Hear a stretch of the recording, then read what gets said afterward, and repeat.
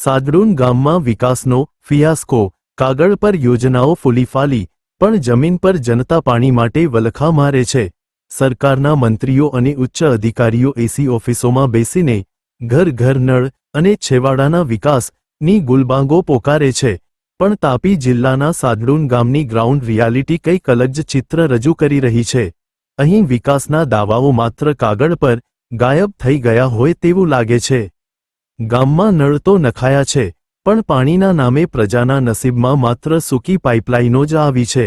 આ દ્રશ્યો સાક્ષી પૂરે છે સાદડુન ગામની લાચારીની। એક તરફ સરકાર કહે છે કે જળ સે નળ યોજના પાછળ કરોડો ખર્ચાયા છે, તો બીજી તરફ આ ગામના લોકો આજે પણ પાણીના એક એક ટીપા માટે તરસી રહ્યા છે।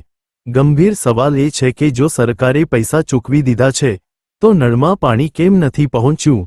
શું યોજનાના નામે મોટો ભ્રષ્ટાચાર આચરાયો છે?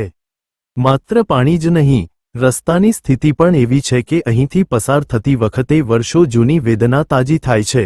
શું આ રસ્તાઓ માત્ર સરકારી ચોપડે જ ચકાચક બની ગયા છે?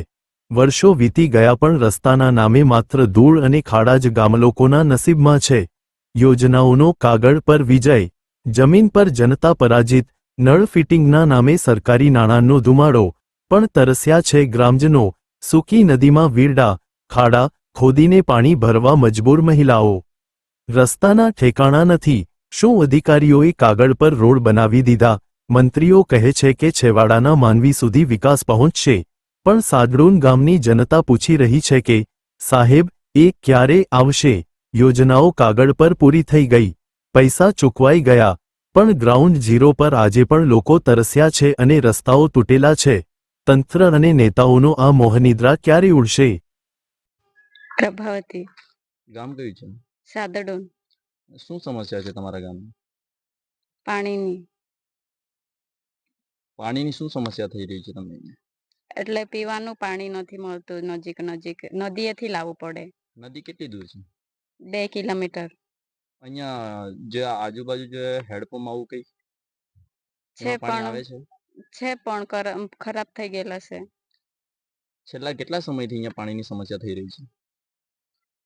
એમ તો ઉનાળો આવે એટલે થોડી સમસ્યા તો થાય જ, પણ આ વર્ષે વધારે સમસ્યા થાય। કોઈ અધિકારી કે કોઈ તમારી પાસે આવ્યું સમસ્યા લઈને કે પાણી છે કે નહીં છે? ના।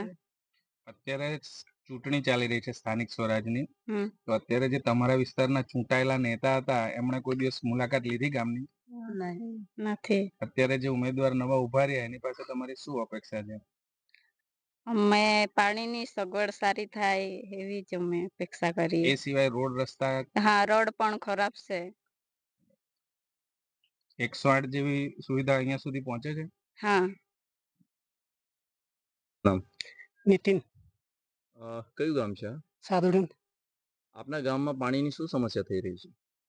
અમારા બાજુ બોર છે બે, પણ તે ચાલતા નથી, બગડી ગયેલા છે, પાઇપ નાખવા પડે। તો અમુક જે બોરો છે જેમાં પથ્થર પડી ગયા છે, જે તમારા સરપંચને કે કોઈકને તમે જાણ કરી?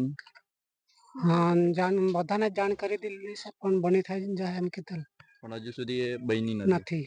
કેટલો સમય થઈ ગયો એ વાત? એ બગડી અને 2 મહિના થઈ ગયા। 2 મહિનાથી અમે નદીએ ભરવા જતા છે, 1.5 થી 2 કિલોમીટર દૂર।